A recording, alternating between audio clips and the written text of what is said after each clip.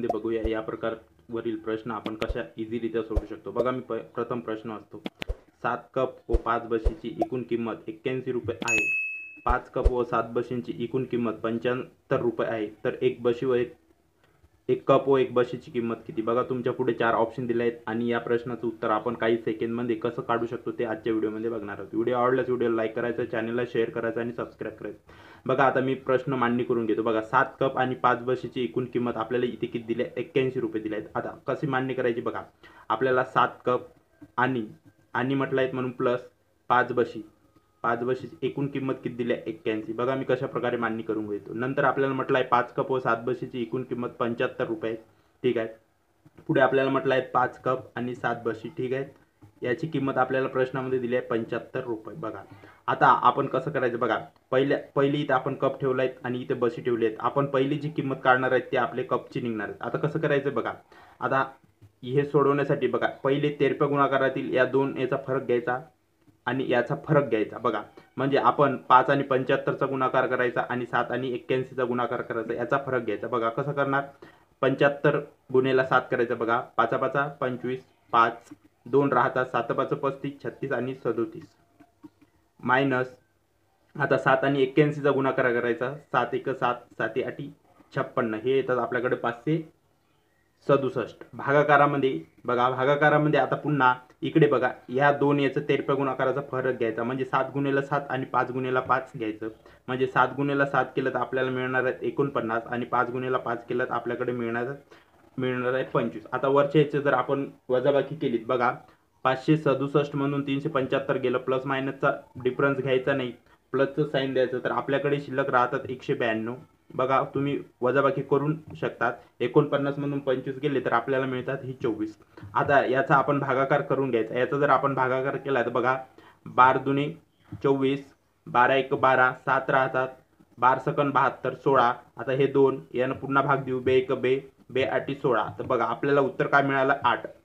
आता एका याची व्हॅल्यू आपल्याला 8 मिळालं, पण हे कशाचे असणार आहेत, कपाची असणार आहेत, म्हणजे एका कपाची किंमत आपल्याला 8 मिळाली आहेत। आता इथे बघा आपण 8 कप ठेवले होते, एका कपाची किंमत 8, तर आपल्याला 7 कपाची जर आपण काढली तर 7 गुणेला आपण जर 8 केलं तर आपल्याला किती मिळणार आहेत, 56 मिळणार आहेत। म्हणजे याचाच अर्थ आपल्याला 81 मधून जर आपण कपाची किंमत मायनस केली तर आपल्याकडे बशीची किंमत उरणार आहे। आता 81 म्हणून आपण कपाची किंमत मायनस करूयात, 56 जर आपण मायनस केले तर बघा आपण 56 मायनस केले तर आपल्याला किती शिल्लक राहतात बघा, तर आपल्याकडे शिल्लक राहतात 25। बघा 25 राहतात, म्हणजे 25 आपल्याला एकूण किती बशीची किंमत आहे।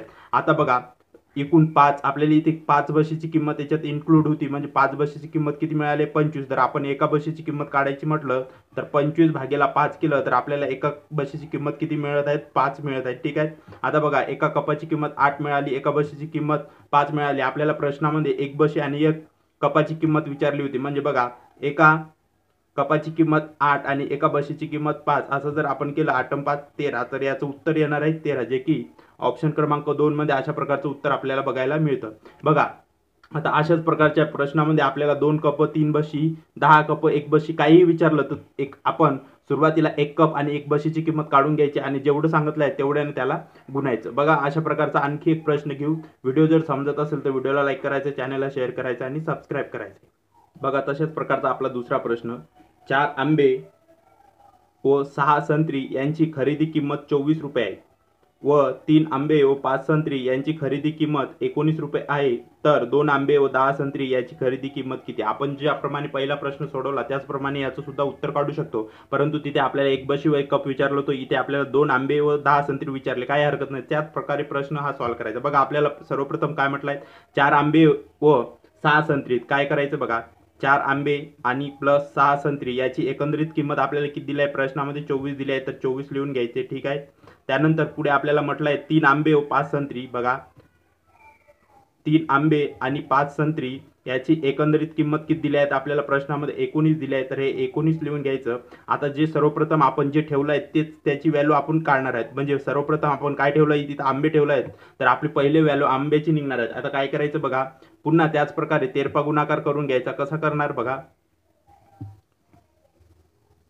याचा आणि याचा तेरपा गुणाकार, याचा आणि याचा तेरपा गुणाकाराचा डिफरन्स घ्यायचा आहे. म्हणजे 6 गुणेला आपण 19 करायचं आणि 5 गुणेला 24 करायचं.